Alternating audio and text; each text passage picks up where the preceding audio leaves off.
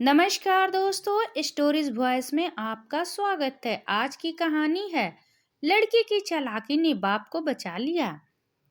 किसी गांव में एक गरीब किसान रहता था। एक बार उसे पैसे की बहुत आवश्यकता पड़ी तो वह गांव के महाजन के पास गया। महाजन भला आदमी था। उसने दया करके किसान को 1,000 रुपये दे दिए। किसान ने महाजन को रुपये लौटाने के लिए 1 साल की मोहलत मांगी। महाजन ने किसान की बात मान ली, किंतु 1 साल बीत जाने के बाद भी किसान महाजन के पैसे नहीं लौटा सका। उसकी फसल अच्छी नहीं हुई थी। आखिरकार महाजन को मजबूरन उसके घर जाना पड़ा, लेकिन वहां वह किसान उसे नहीं मिला। किंतु किसान की छोटी लड़की वहां बैठी थी। महाजन ने उसी से पूछा, तुम्हारे पिताजी कहाँ हैं?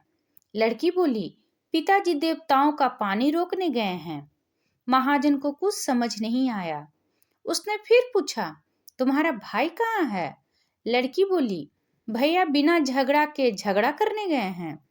महाजन की समझ में एक भी बात नहीं आ रही थी, इसलिए आगे पूछा, तुम्हारी माँ कहाँ है?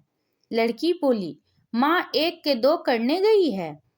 महाजन लड़की के उलूल जुलूल जवाबों से खींच गया। उसने थोड़े गुस्से में आकर पूछा, और तुम यहाँ बैठी क्या कर रही हो? लड़की हंसकर बोली, मैं घर बैठी संसार देख रही हूँ। महाजन समझ गया कि लड़की उसकी किसी भी बात का सीधा जवाब नहीं देगी, इसलिए उसे अब इससे इन बातों का मतलब जानने के लिए प्यार से बतियाना पड़ेगा। महाजन ने चेहरे पर प्यार से मुस्कान लाकर पूछा, बेटी, तुमने जो अभी अभी मेरे सवालों के जवाब दिए, उनका मतलब क्या है? मैं तुम्हारी एक भी बात का मतलब नहीं समझ सका। तुम मुझे सीधे साधे उनका मतलब समझाओ। लड़की ने भी मुस्कुराकर पूछा, अगर मैं सभी बातों का मतलब समझा दूं, तो आप मुझे क्या देंगे? महाजन के मन में सारी बातों का जानने का तीव्र उत्कंठा जाग उठी थी। वह बोला, जो मांगोगी वही दूंगा। तब लड़की बोली, आप मेरे पिताजी का सारा कर्ज माफ कर देंगे तो मैं आपको सारी बातों का अर्थ बता दूंगी।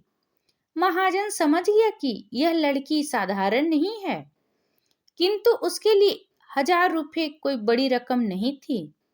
इसलिए उसने कहा, ठीक है, मैं तुम्हारे पिताजी का सारा कर्ज माफ कर दूंगा। अब तो सारी बातों का अर्थ समझा दो।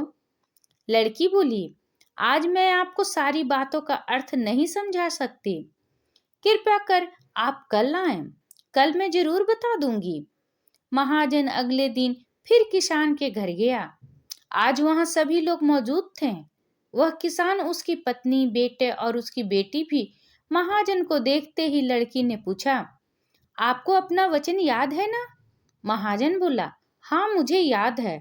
तुम अगर सारी बातों का अर्थ बता दो तो मैं तुम्हारे पिताजी का सारा कर्ज माफ कर दूंगा।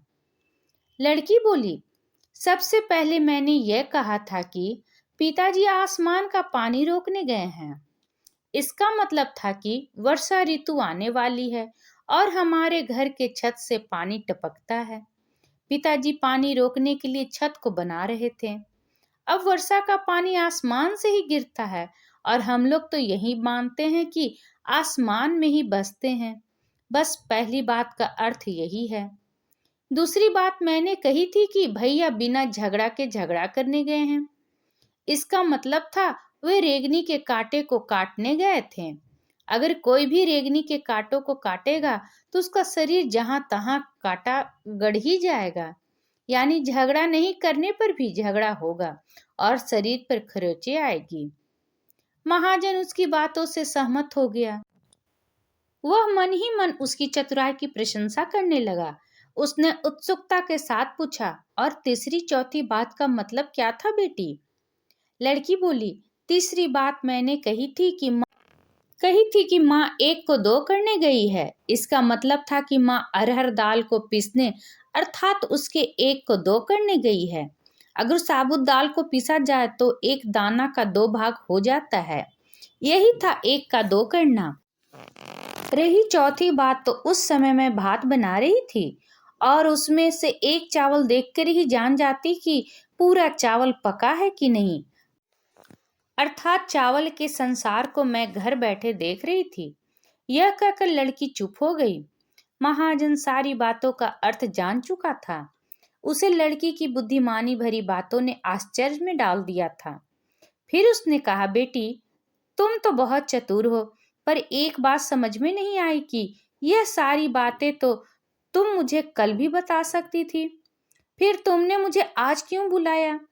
लड़की हंसकर बोली, मैं तो बता ही चुकी हूँ कि कल जब आप आए थे तो मैं भात बना रही थी। अगर मैं आपको अपनी बातों का मतलब समझाने लगती तो भात गीला हो जाता या जल जाता, तो माँ मुझे जरूर डांटती। फिर घर में मैं कल कोई भी नहीं था। अगर मैं इनको बताती कि आपने कर्ज माफ कर दिया तो ये मेरी बात का विश्वास नहीं करते। आज स्वयं आपके मुंह से सुनकर कि आपने कर्ज माफ कर दिया है, इन्हें इसका विश्वास हो जाएगा। महाजन लड़की की बात सुनकर बहुत ही प्रसन्न हुआ। उसने अपने गले में मोतियों की माला निकालकर उसे देते हुए कहा, बेटी, यह लो अपनी चतुराई का पुरस्कार। तुम्हारे पिताजी का कर्ज तो मैं माफ कर ही चुका हूं। अब तुम्हें या तुम्हारे घर वालों को कुछ नहीं चुकाना पड़ेगा। अब तुम लोग निश्चिंत होकर रहो। अगर फिर कभी किसी चीज की जरूरत हो तो बेहिजक होकर मुझसे कहना। इतना कहकर महाजन लड़की को आशीर्वाद देकर चला गया। लड़की के परिवार वालों ने उसे खुशी से गले लगा लिया। आशा करती हूँ कहानी आपको पसंद आई होगी। इस पर आपकी क्या राय है कमेंट करके जरूर बताएं। और अगर पसंद आया तो प्लीज लाइक जरूर कर दें। और अगर मेरे चैनल पर नए हैं तो प्लीज सब्सक्राइब करना ना भूलें। वीडियो देखने के लिए आपका बहुत बहुत धन्यवाद।